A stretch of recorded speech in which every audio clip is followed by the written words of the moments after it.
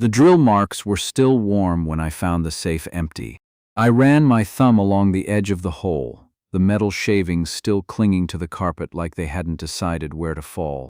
41 years I spent opening other people's locks for a living. I knew a professional drill job the second I saw it. Centered, patient, no wasted passes. Whoever did this had either done it before or had someone standing over their shoulder who had.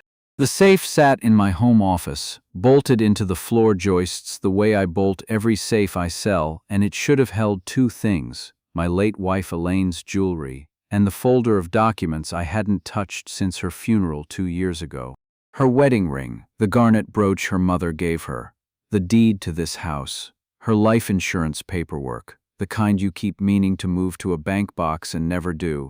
All of it was gone, and the house showed no sign of a break-in, no pried window, no forced door. Whoever had done this walked in like they belonged here. We'd had Sunday dinner 2 days earlier. My sister Carol came, and her son, my nephew Dale. He left early that night, said he had a work call he couldn't push back. I remember thinking it was strange for a Sunday, but Dale had been strange for months. Quieter, thinner, always glancing at his phone like it might bite him. I didn't ask. Family doesn't always ask. I called the police that night, and they came, took photographs, dusted for prints that wouldn't matter because half the family had been in that office at some point. Then I called my insurance company because Elaine's jewelry was scheduled separately on the policy, appraised and itemized down to the carat. Within a week, an investigator named Renata Cole was sitting across from me at my kitchen table with a legal pad and a list of questions that felt more like a slow, careful net being drawn tight. "No forced entry," she said, not as a question. "So we're looking at someone with access or someone who was let in." I told her about the dinner. I told her who'd been in the house that week. A plumber, a neighbor who watered my plants when I was in Ohio visiting Elaine's sister and family. Renata wrote it all down without her face changing, which I came to learn was a professional habit, not indifference. "I have to ask this," she said. "Has your nephew had financial trouble?" I didn't want to answer that, but I'd heard things from Carol, a business that folded, money owed to people who didn't send invoices.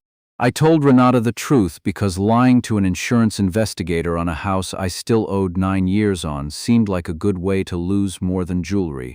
Renata explained how these things usually went. Stolen jewelry with any resale value tends to surface fast, because whoever takes it needs cash, not sentiment.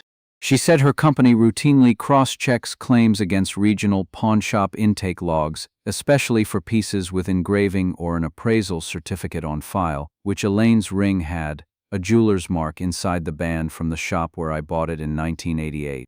3 weeks passed with nothing. Then Renata called and asked me to come identify a brooch. It was Elaine's. The garnet, the gold filigree, even the small chip in one petal from when she'd dropped it getting ready for a wedding 20 years ago.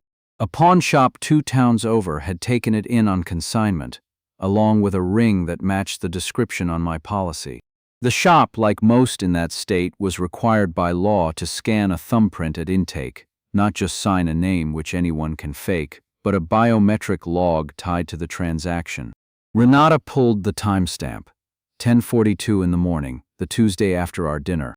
She set it next to the timeline Dale had given the police, in which he claimed he'd spent that entire day at a job site 2 counties away. The print matched Dale's.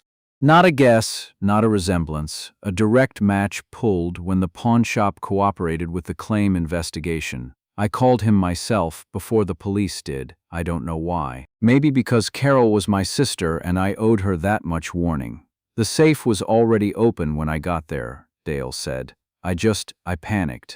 "I didn't take anything, I found it like that." "Dale," I said, "there's a machine that scanned your thumb at 10:42 that morning. It doesn't panic. It doesn't lie either." He didn't have an answer for that. Just breathing on the line and then the sound of him hanging up.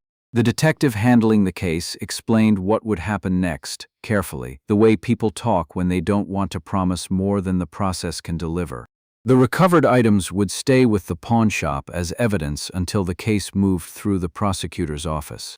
Given the appraised value of what was taken, Dale was likely looking at a felony theft charge, though what actually got filed and what he'd eventually be convicted of, Those were two different things, and neither was mine to decide.